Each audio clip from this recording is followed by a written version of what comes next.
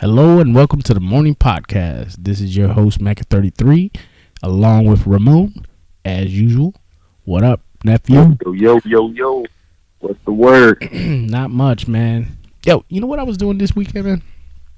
What you was doing, man? Man, I checked out Selena. Yeah, I know what you can. I know what you can think. I know what you can think, man. But it's Selena, Holmes. You can't go wrong with Selena. But here's the thing that interested me the most about this whole show. It wasn't the fact that it was Selena. Mm-hmm. In one of the episodes, the brother of Selena, who was actually the songwriter and also the bass guitarist, I guess, on the band. Right. There was a part in that particular show where he was talking to his dad, and I guess they had just came off their gold selling album. You know, they went gold with their album, and he's telling them, you know, he's like, okay, we went gold. Now what? What's your next album? What's the next, hustle? And like the brother was just like, when do we get to enjoy this? And it really dawned on me. I'm like, man, is that what Hollywood really is? Or is that what fame is, man? You had to work to the bone, and then eventually, somewhere down the line, you will be able to enjoy this. At what point do you start enjoying it, man? When can you enjoy it? Do you enjoy it during this process, or do you enjoy it after the process? Oh, okay. From personal experience, because I do the music myself, and in a game, when you're in the game, it's no let up. You know what I'm saying? Because your window of opportunity in this game, you work all your life to get your opportunity. So when your opportunity does come, why sit back and relax? You understand what I'm saying? Because the window of opportunity of having your time and it being your moment is not going to last forever. It is what it is, a moment. You know what I'm saying? So while you're in it, you can't really enjoy it like you want to. You know what I'm saying? Because you have to think of, okay, while I'm hot, while it's our time, while it's my moment, I need to make sure I let them know who I am to the fullest. You know what I'm saying? Unless you don't want all that, because I know a lot of artists that was cool with one plaque, cool. They cool. They don't want to do more. But if you're a person that's been striving for this for all your life and you really been wanting this and you want longevity, when that moment comes, you can't enjoy it. You won't enjoy it. No, I get you know that. What I'm saying? You want it. You won't enjoy it because you got to keep coming consistently. No, I get that completely. Next. But I'm just trying to figure out. I mean, but is it fun? It becomes work. Is it worth it? It's, you know what I'm saying? Because I know it eventually becomes work. Yeah, I get that. But is it worth it?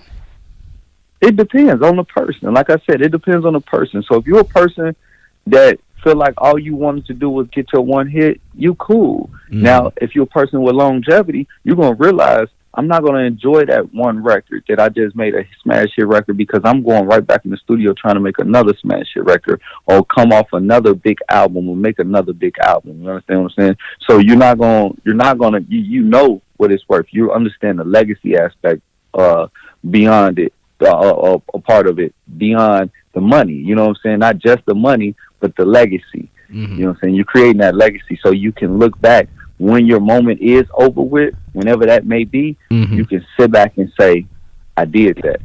Or, and worst come to worst, you die at the top of your at the top of your career. That's you know what I'm saying? You get at the top of your career though.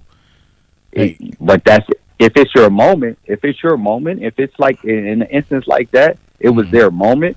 It was their moment in time. And just like Selena died at the top of her career. You know what I'm saying? Agreed. She was at her peak. You know what I'm saying? So just imagine if after that first record, Selena took a break and just wanted to relax, and then that same incident happened. We wouldn't have got half the music that we did get out of Selena, or even the experiences we got out of Selena. You know what I'm saying? So that's the aspect of it from looking at it as legacy. When you're in it, you're not thinking about fun and having a good time. You're thinking of the end, when it ends, when the marathon comes to an end, what can I look back and say? What have I accomplished? What have I achieved? Such as a guy like a Kobe Bryant in sports. You know what I'm saying? Mm-hmm. He didn't. It wasn't about, okay, I won a championship. How many times you seen guys win championships and never win again? They were cool with that. They're happy with that because that makes them a legend. But Right. Kobe was looking, when he went into it, I'm going to keep going and going because I want to make sure I built this legacy that it's going to be remembered forever. You know what I'm saying? Forever. Not just that was just a guy that won a ring or a guy like in the music, I got one platinum record. It's look at what I did at my time when it was my moment. You know what I'm saying? Because now look at even with Kobe. Kobe didn't retire. Kobe wasn't retired for more than 5 years.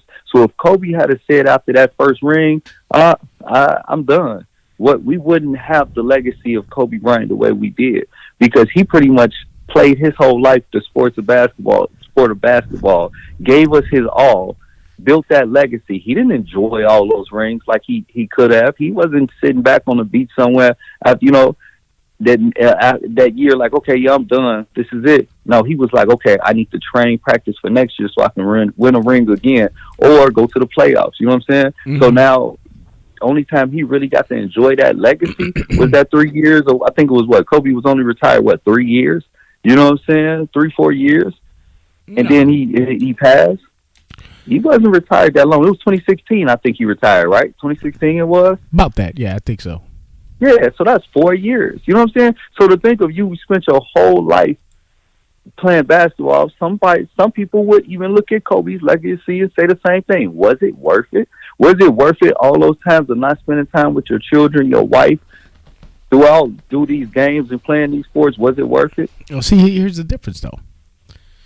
The difference between Kobe, sports athlete, and say, for instance, Brad Pitt, actor, he's probably more in demand than Kobe is. You know what I'm saying? Not that Kobe was, chopped liver or anything like that. I'm just saying, as far as an actor, they're all over the place. They got to do press junkets. They got to do fly overseas to do interviews over there. That's what I'm referring to. This like the whole but it's constant. It's no different. I mean, I have personal relationships with NBA players, and it's no different. They do the same thing we do. They have to do their press runs. They have to do their interviews. It's a lot of things that we don't see that the players do off the court, with like relationships with communities and stuff like that we don't see. They stay on the run just like any entertainer on the big platform. It's the same thing. Mm. It's all the same thing. It's just that with music and movies, we tend to see more of what they're doing. With the NBA, they have them involved in so many things that they're required to do, such as spend time in the communities, their centers and things like that. Things we don't see. You know what I'm saying? So a lot of things that we don't see, that their time gets stretched as well. So that's why I say again, it's synonymous to like, okay, is it worth it at the end? You know what I'm saying? Is it worth it? So I think it's more of a personal question to yourself, no matter what you're doing. Is this what you want to do? Is this what do you do? Because we're all gonna die regardless. You know what I'm saying? I don't care what you may do. You might eat good, you might eat healthy, you might live longer than someone else. But it's two things for sure, and it's life. You're born and you're gonna die. You know what I'm saying? So what are you gonna do with that time period when you're here? Are you gonna leave that legacy? So it's all upon you on if you want to build a legacy or if you don't. That's how I look at it. That's how I look at it. I agree. But my question is basically, I mean, I know it's worth it. I get it. But all the back and forth, when do you get a chance to actually enjoy it all besides all the way at the end? Because half the time, if you think about it, man, you're really from the get. And if you don't retire like until you're like whatever, 70 or whatever. Mm-hmm. I mean, how much life are you actually gonna enjoy after that? It's the curse of the gifted. It's what happens. You understand that when you use your gift. You understand that. Right. It's not a thing you go into it for enjoyment. You love it. You love to do it for sure. But the enjoying the successes part, it's a different type of thing. It's a different type of reward. You know what I'm saying? just the doing is enough for the ones that understands the big picture thinking of the legacy. The doing is the gratification. You know what I'm saying? To say that I can do what I love every day that I wake up. That's the gratification, not just the awards, not just the I won a championship or I had a platinum plaque. That's cool. That's great. Those are bonuses that come along with it. But the gratification is that every day I get to wake up and do what I love to do. This is what I dreamed to do when I was a child. That's where the gratification comes in. Interesting. I don't know. I just see it as it's either a curse or a fucking burden. One of the two. I mean, it is, no doubt.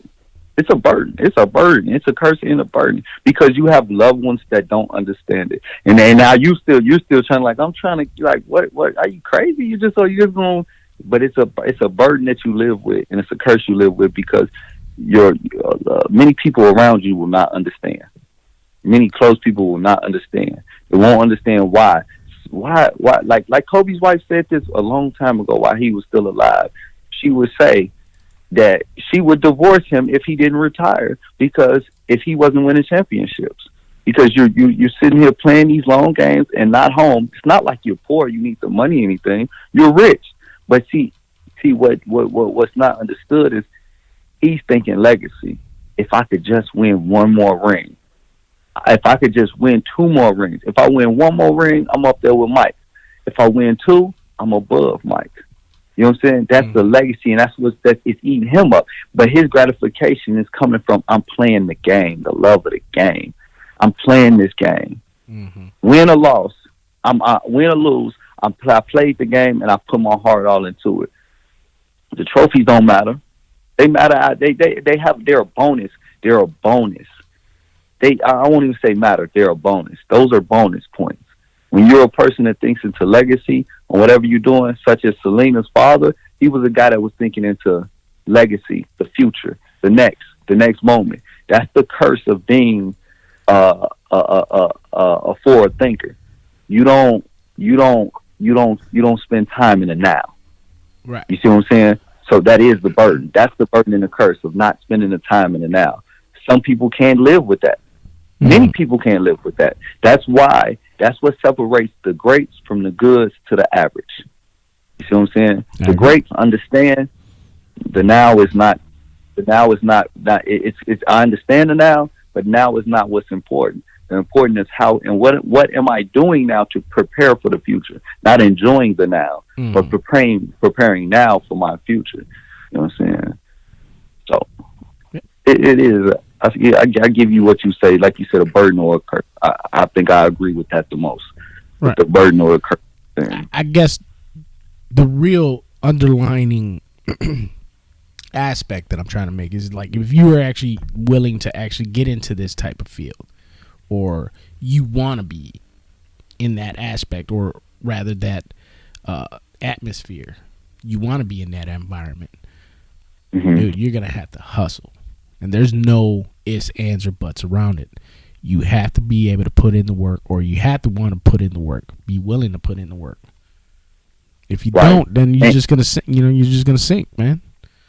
Okay, perfect example is because it was the topic that I wanted to bring up today. It blends right into the next topic of what I wanted to bring in today was about financial literacy in the Black community. I am so happy. I'm actually glad you brought that up. I'm actually, I got a few ideas, but I want you to go ahead and, bring up your point after the fact. I'll bring, I'll turn in my, or I'll give you my little idea.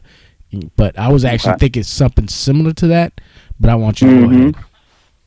Okay. So from that same aspect, all right, from the music standpoint, because, it's better for me with the music analogies. So from the music standpoint, when you're a rapper, you do your thing, Blase Skippy. We tend to, when you're early on in your career, you thinking, okay, I'm going to make this hit record so the record labels can sign me and give me a big check and all that, right? Right. But what we don't understand about financial literacy is equity and future earnings, monthly checks, residuals. These are things we're not taught. All we know is cash on hand, So So in the same aspect of where we were just talking about legacies, these big companies and businessmen think the same way, but just in a different field with finances. So they treat finances just like Kobe did with basketball. I'm doing this right now. I need to stay in the gym right now, so I know when I get on that court, I'm gonna be prepared for what comes in, on that court. So we want a quick check on finances. We want a quick check now. We want to get the money now. Labels look at equity. We will give you that quick check for the long term of own your records for the next 20 years and things like that. So they can get those residual incomes coming in. We just look big check right now. So what does that mean? If you put money out there in the atmosphere, 20,000, 100,000, a million, whatever that number is, you're putting it into something, right? And you're not going to get that money back right away, but over a long of 20 years of you investing that $1 million can potentially turn into $100 million.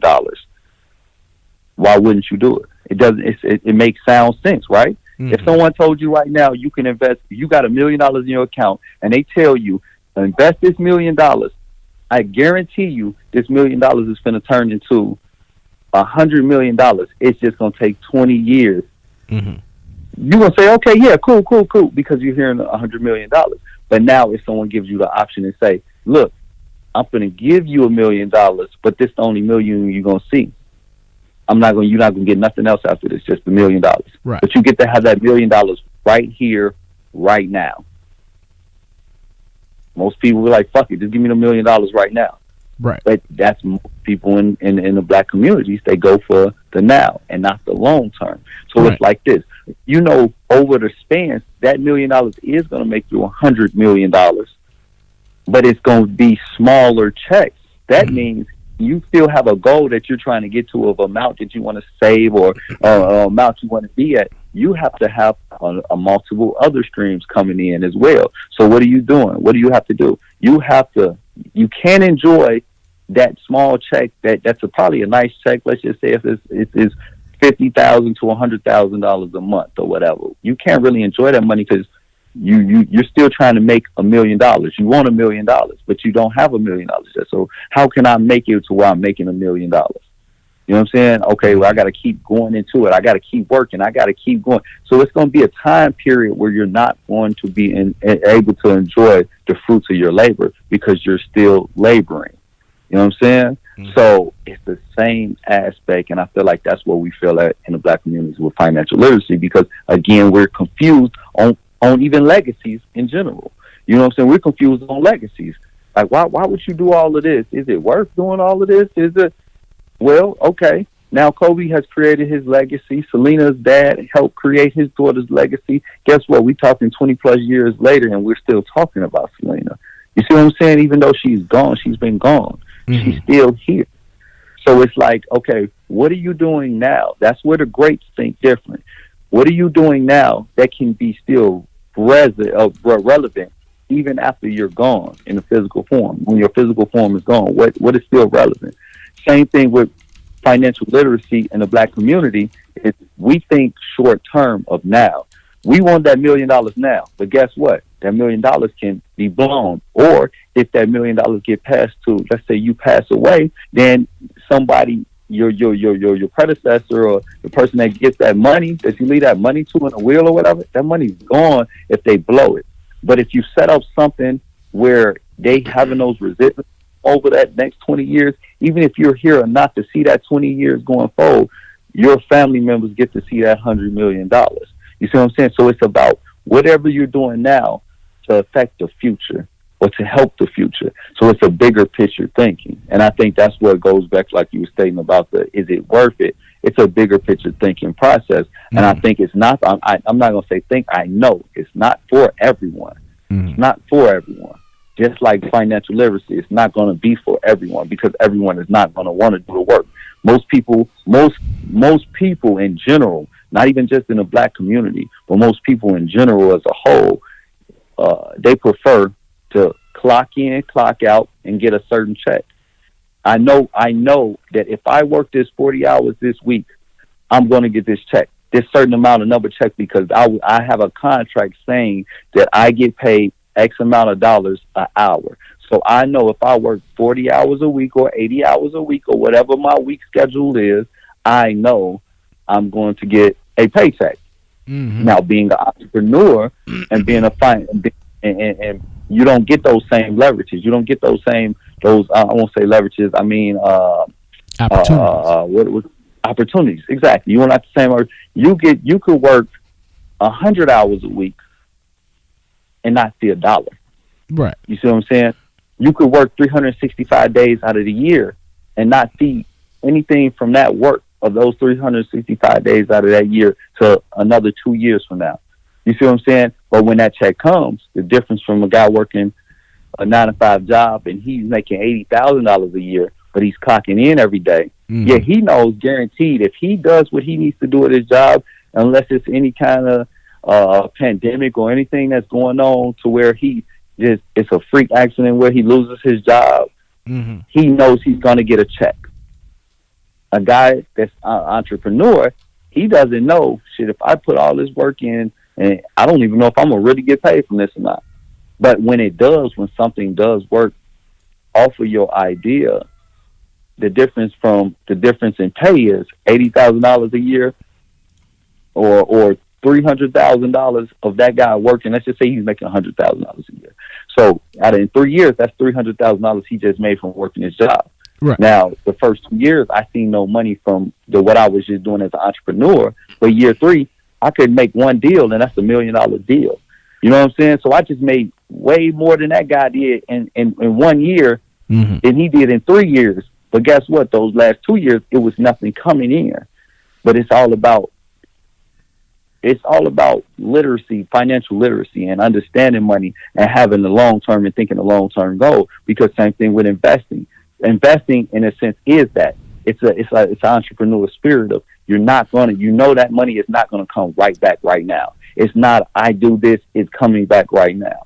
So my question is this: so financial literacy is a good topic, because I think what we need to do as a whole, as a entire society or whatever it may take, we need to teach each other how to do things financially. Correct. Let's just say, for instance, like, because I was thinking about it over the weekend, and I was just like, why isn't there might be, I just may be overlooking something, but why isn't there a program that actually helps African Americans, minorities, whatever, buy a home?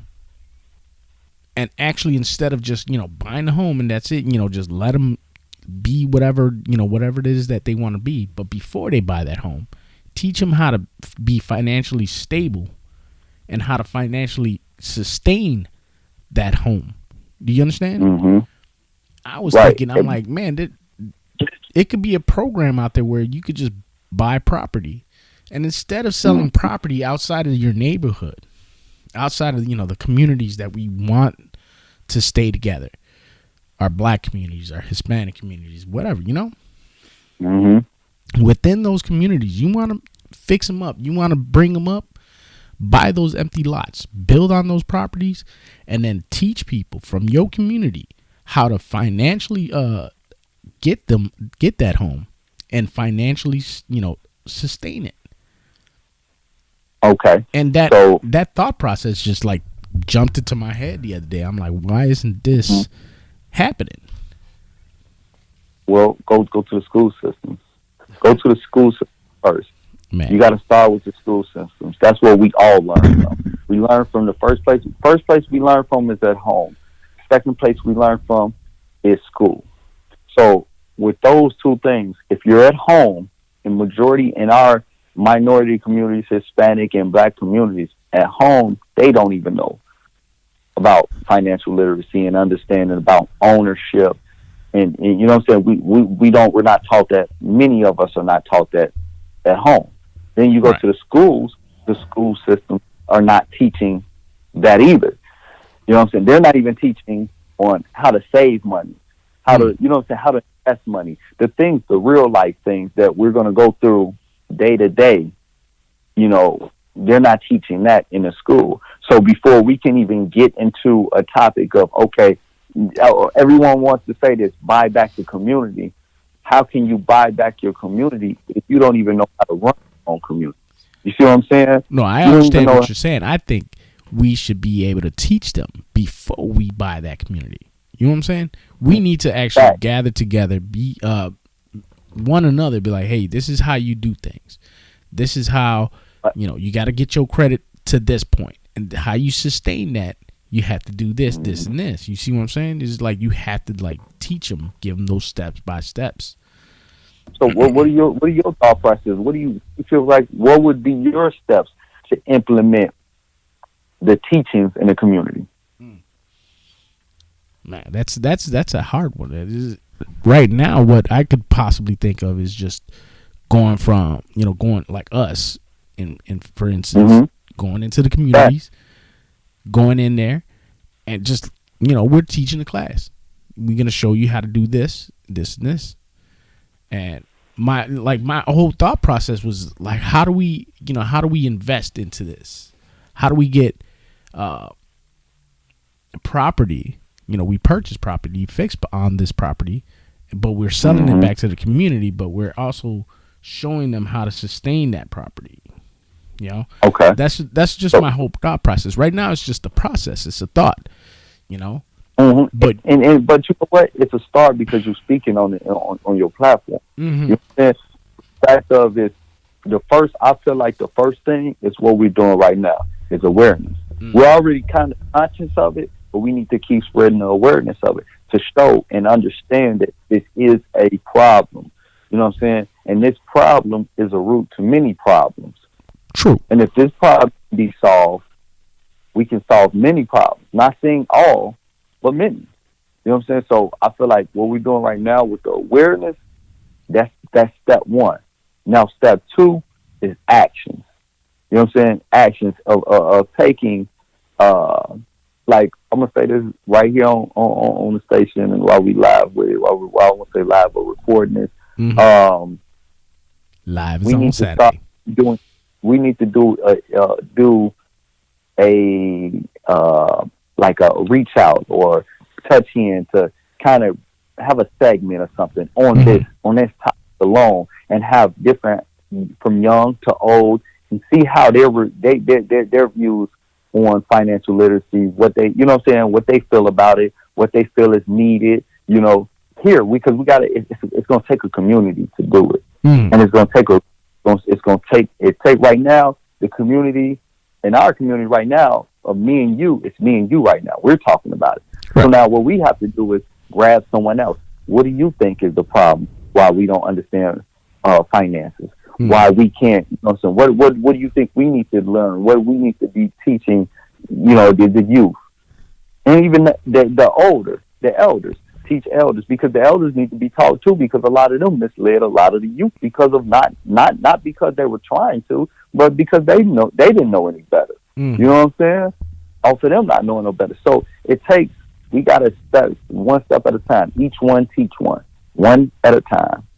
One at a time. You know what I'm saying? To the point, it gets to a point where the group is so big, the audience is so big that are listening, that we can all reach out to more or to bigger and be bigger and better in the communities. Like, look, this is what needs to happen. This is what needs to be done. Because all it takes is one example. So if we can take one community, maybe somewhere you're from, maybe a place that I'm from, and we can implement it in that community, and it becomes a success or even a failure, that's going to still spark ideas from others that see, wow, I didn't think of it like that at first. But even though you failed, I see what you're trying to do. And now maybe if we do it a different route, we can still get that same message out and get those teachings out. You see what I'm saying? So I think it's awareness and then action. Yeah. Awareness and action. Correct. You know what needs to be let out? That album. Your album needs to be dropped, bro. Oh, Speaking of which, the Energy Project? Huh? You said the Energy Project, you like that? Oh, yeah. The Energy Project? That album's dope. That album's dope. But nobody's going to listen to it till this Saturday, where we're gonna have a lot. We're gonna listen to my man's album live. So if you're listening to this podcast right now, what I want you to do is tune in on Saturday, 7:00, 7 p.m. Saturday. We're gonna roll out live, and we're gonna do a listening party. So everybody listening, please join us and make comments.